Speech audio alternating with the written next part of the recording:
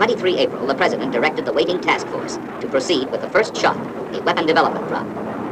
The initial airdrop was on the 25th of April, and the last on 11 July.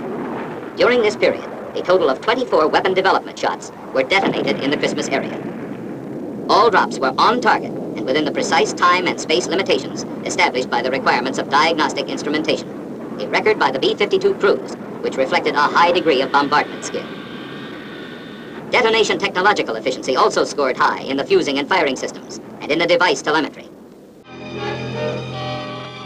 Spread across some 15 million square miles of the Pacific, the 1962 Overseas Nuclear Test Series was an undertaking of impressive proportions.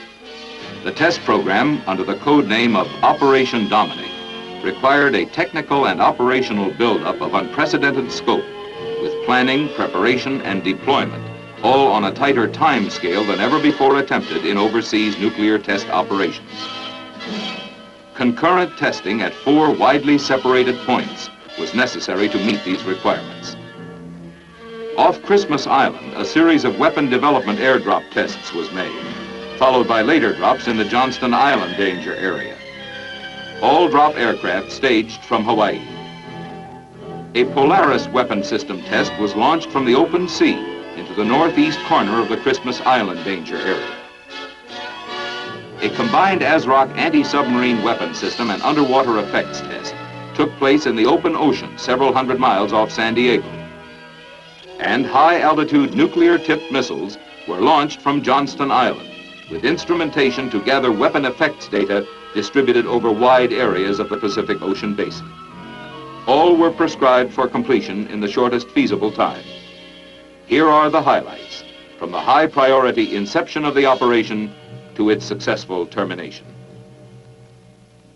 Operation Dominic was triggered by the Soviet resumption of atmospheric nuclear testing in September 1961. The Department of Defense, under presidential direction, on 24 October 1962, activated Joint Task Force 8 under the command of Major General Alfred D. Starbird to prepare for a series of nuclear tests in the Pacific. The job handed General Starbird and his staff was an enormous one. To plan, organize, and prepare the task force and to complete the materiel buildup in time to be ready to fire by the 1st of April, a preparation time only 1/3 of that typical for previous, comparable but less complex test operations. Involved were the organization and movement of over 28,000 men, both military and civilian, along with preparation and shipping of almost 200,000 tons of materiel. Each man and each item was ticketed for a specific point somewhere in the vast Pacific Test Laboratory. This buildup included the development and installation of thousands of pieces of intricate instrumentation. Some were fitted in trailers, some in modified aircraft or ships. Other apparatus was scheduled for direct movement overseas for placement at one or another of the 31 task force overseas sites, which first had to be built, including remote instrument stations carved out of tropical jungle growth. These preparations were all parts of the master plan rapidly taking shape. One group of operations was the weapon development tests. Initially, it was planned that these tests would be accomplished by placing an instrumented ship array in an open ocean area south of Hawaii to control and observe technical data from the detonation of the test devices, which would be dropped by a B-52 based in Hawaii. This airdrop method had a twofold mission. It would provide for the proof test of weapons which, during the moratorium, had gone into the national stockpile without having been tested in weaponized form. And it would provide for the test of new development devices of advanced design. Supplementing the shipboard apparatus were specially modified aircraft diagnostic platforms. While the open ocean preparations were underway, negotiations were being conducted with the British government for the use of jointly owned Christmas Island, 1,200 miles south, as a location for the airdrop tests. In mid-February, the task force was notified that the necessary agreement had been reached. Because of the many technical advantages expected from the use of the island test base, plans were immediately altered to move the weapon development tests there. This location switch was indeed a substantial effort, with the prescribed first shot readiness date only 6 weeks away.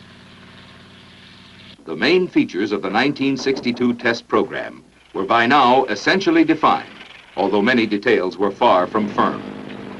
This fluid condition continued as developments throughout the test period brought forth new requirements. Although work in each of the 4 main areas was proceeding simultaneously, in this film, each of the locations will be considered separately, beginning with Christmas Island. Late in March, the Joint Task Force headquarters began to move to Christmas as the main forward location for the first phase of the operation. This 222 square mile atoll, hard by the equator, was governed by the British. They had used it for their nuclear test operations from 1956 through 1958, but equipment connected with their tests had been withdrawn and their camps deserted. Equatorial weather attrition and the task force's additional needs required extensive preparations for the task force program. Since the atoll possessed no harbor, all ship-transported equipment, materials, and continuing supplies had to be transferred to lighters and barges in the roadstead and moved to the Port of London for offloading. Inland, Christmas was dotted with lagoons possessing a swamp life all its own. On firmer ground lived 400 Gilbertese islanders who produced copra from the atoll's thousands of palm trees. The weapon airdrops were made off the southeast shoreline of Christmas Island. The air array was controlled from the Joint Operations Center, housing the command post, the Air Operations Center, and units associated with control of all drop and test elements. Additional radar apparatus located at A site plotted the precise second-by-second position of the drop aircraft during the bomb run to assure that the device would fall within the finite time and space limitations set by scientific and safety requirements. This plot information was relayed directly to the Joint Operations Center by a microwave television link, providing the Air Task Group commander with instantaneous positive information on which to base his operational decisions. Also at A site, as well as at other locations on the island, basic diagnostic instrumentation housed in trailers was positioned to secure data associated with the detonation. Special tracking radars assisted this diagnostic array by assuring they were oriented toward the nuclear device on its trajectory from the instant of release to detonation. Optically and electronically, the trailer diagnostic instrumentation recorded the most minute detail of each detonation in millionth of a second segments for scientific analysis.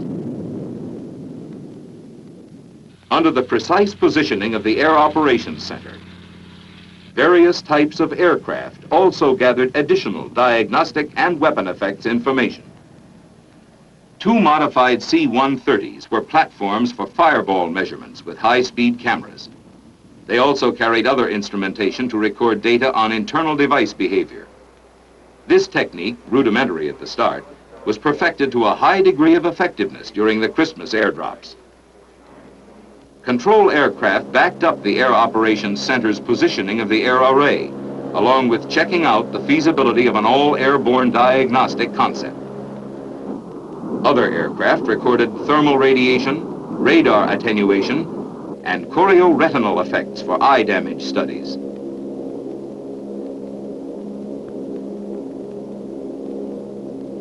Specially instrumented KC-135 aircraft also recorded a variety of experimental data. Aloft, too, were search and rescue aircraft and photographic planes documenting the Dominic detonations. After each shot, B-57 sampler aircraft went aloft, as they had in operations of years past, to fulfill one of the chief diagnostic functions of each event, stalking the radioactive cloud to obtain particulate and gaseous samples for radiochemical analysis.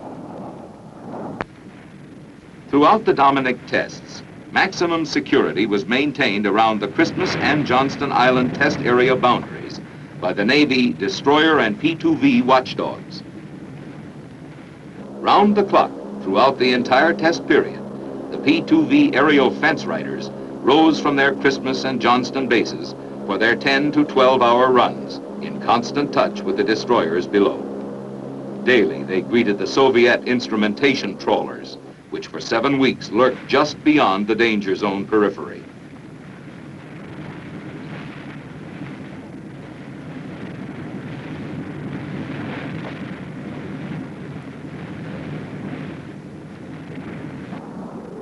On 23 April, the President directed the waiting task force to proceed with the first shot, a weapon development drop. The initial airdrop was on the 25th of April and the last on 11 July. During this period, a total of 24 weapon development shots were detonated in the Christmas area. All drops were on target and within the precise time and space limitations established by the requirements of diagnostic instrumentation, a record by the B-52 crews, which reflected a high degree of bombardment skill. Detonation technological efficiency also scored high in the fusing and firing systems and in the device telemetry. Throughout the Christmas airdrops, the backup airborne diagnostic method was progressively refined to the point of becoming a proven capability to collect the scientific data required. The weapon development effort was completely successful in all its primary test objectives. The series also yielded important new weapons effects information. Meanwhile, the task force was equally active at its 3 other test areas. Early in May, the test of the Polaris nuclear weapon system was ready for launch by submarine in the open sea. Detonation was scheduled to take place in the Christmas danger area. As the nuclear submarine Ethan Allen moved toward its rendezvous with range, safety, and instrument ships at the launch point some 1,500 miles from Christmas Island, all concerned were well aware that this was not only the first test of the complete Polaris nuclear system, but also the first proof test of this particular warhead in weaponized form. On the 6th of May, the Polaris was fired.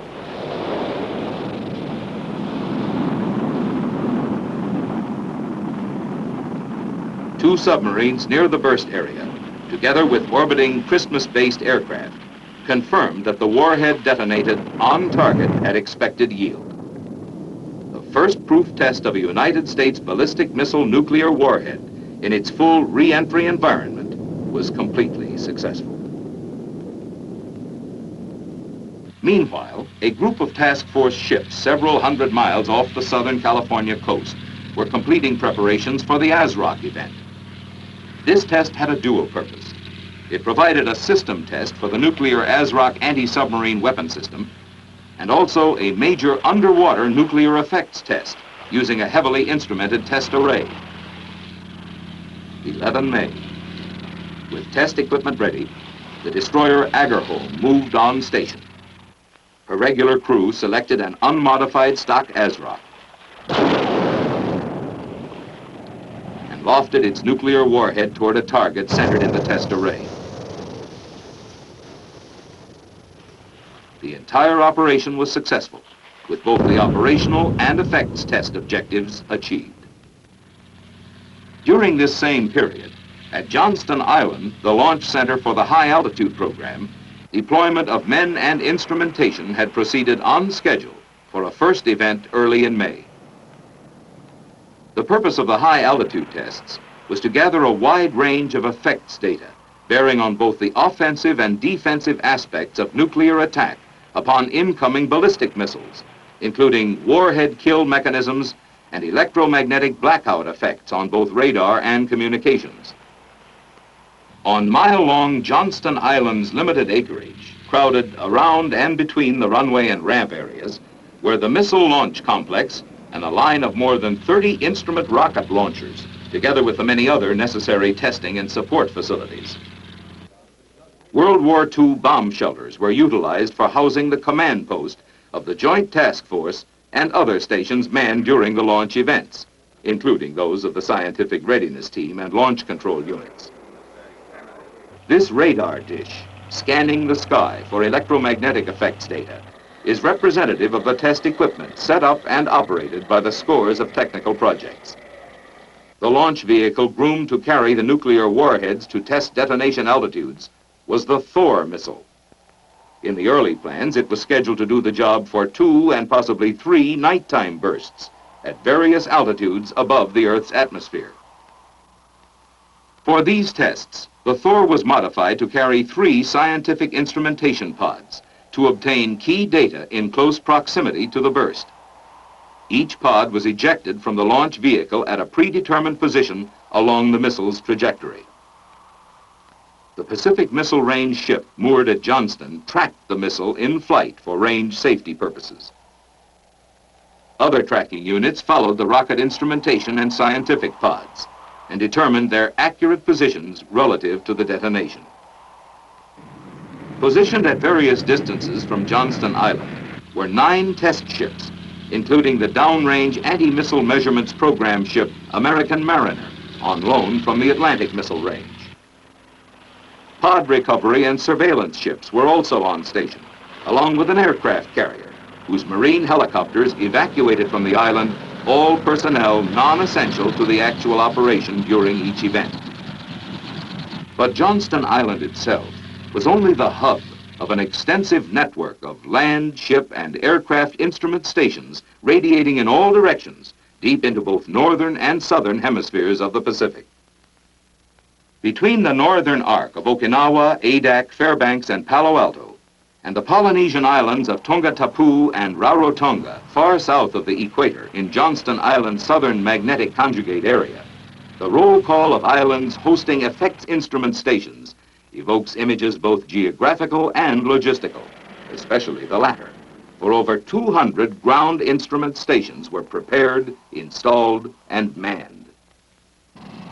High-altitude effects data were also secured from aircraft platforms. More than a dozen planes took to the air from Hickam Air Base in Hawaii for each event, and 3 more from Nandi Airport in the Fiji Islands. Besides the instrumentation ships at Johnston Island, 2 minesweepers put to sea from Pearl Harbor for electromagnetic data recording. And from its mooring at Pago Pago in Samoa, the instrumented motor ship Acania moved out prior to each shot day to be on its mid-ocean station. Johnston's opening event on May the 2nd was a daylight certification shot, testing all systems during flight trajectory, but without nuclear warhead. This proof test went as planned, achieving all programmed objectives. But hereafter, the course of shot events did not follow the scheduled script. The first 2 hot launches did not carry through to nuclear detonation.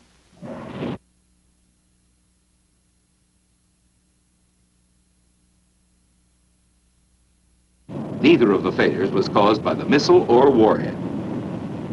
On 8 July, the 3rd nuclear launch, another try for the very high-altitude Starfish event, was flawless, including the performance of the many auxiliary instrumentation rockets sent into selected trajectories about the burst region.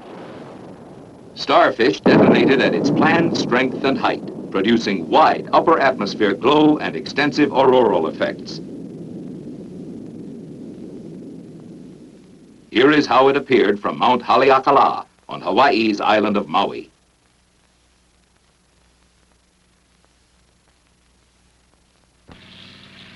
Recovery of the instrumentation pods ejected from the Starfish missile involved pre-dawn ship, patrol plane, and helicopter convergence in the splash area, drawn by radio signals, flashing lights, and green dye.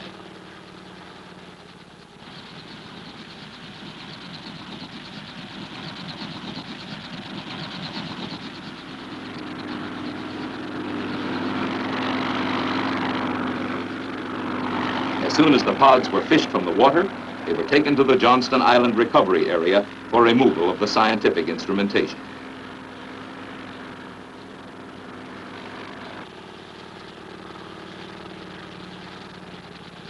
The second bluegill attempt was made on 25 July, but a one-of-a-kind missile misadventure caused by a sticking fuel valve destroyed the Thor and its warhead on the pad. The pad itself suffered extensive damage, including long-life radioactive contamination.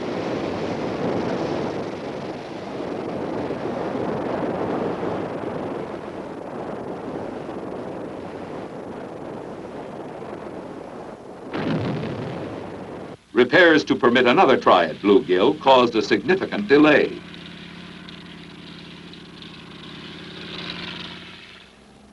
Additional construction on Johnston Island during this interim, as well as the scheduling of more shots, reflected the value attached to the testing being carried out on Operation Dominic. 3 more high-altitude effects missile events were added to secure data at different heights.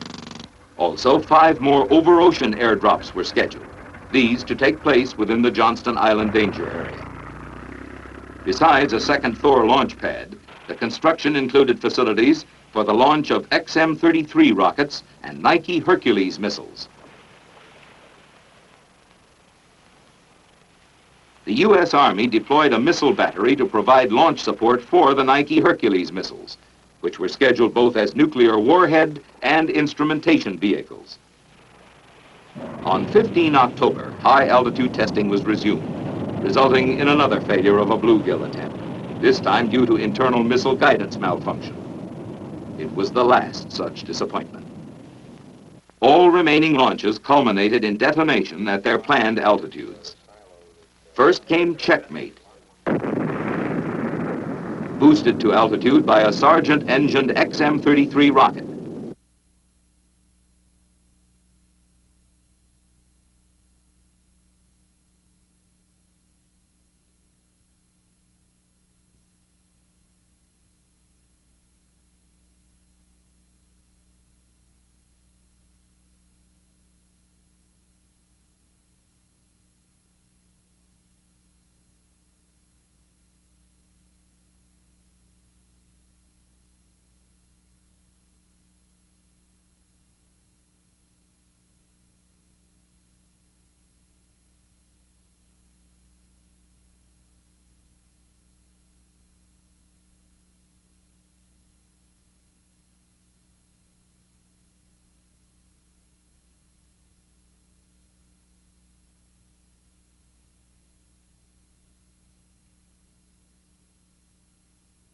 Besides furnishing new basic scientific data on upper atmosphere phenomena, the tests fulfilled the vital military aims of providing information on the offensive and defensive aspects of nuclear attack upon incoming ballistic missiles, as well as data on blackout effects on radar and communications.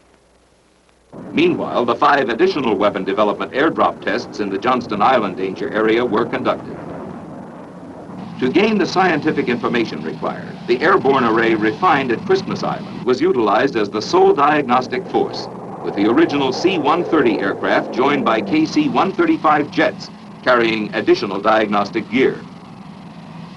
The makeup of the remainder of the test aircraft formation was generally the same as at Christmas, including the post-shot B-57 diagnostic cloud samplers, this time staging through Johnston Island to conserve flight hours and to reduce pilot radiological dosage accumulations after cloud penetration.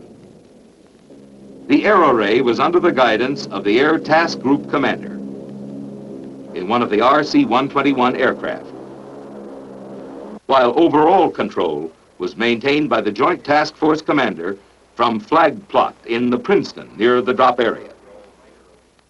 Target rafts were again used as guideposts for orienting the air array as a point of aim for the B-52 device drops. The rafts were moored in the open ocean by the Navy Task Group in water as deep as 3 miles. Late in October, after the last airdrop test device had been detonated, the series was pronounced a success, both in refinement of weapon design concepts developed for the Christmas tests and in further confirmation of the feasibility of the airborne diagnostic method for future testing. With Operation Dominic completed and the test apparatus roll-up underway, the time had come to evaluate the far-flung operation and its scientific results. Despite Dominic's unprecedented 4-operation complexity, with all the tests prepared under conditions of the greatest urgency in both time and circumstance, the 1962 series is regarded as the most productive since U.S. nuclear testing began.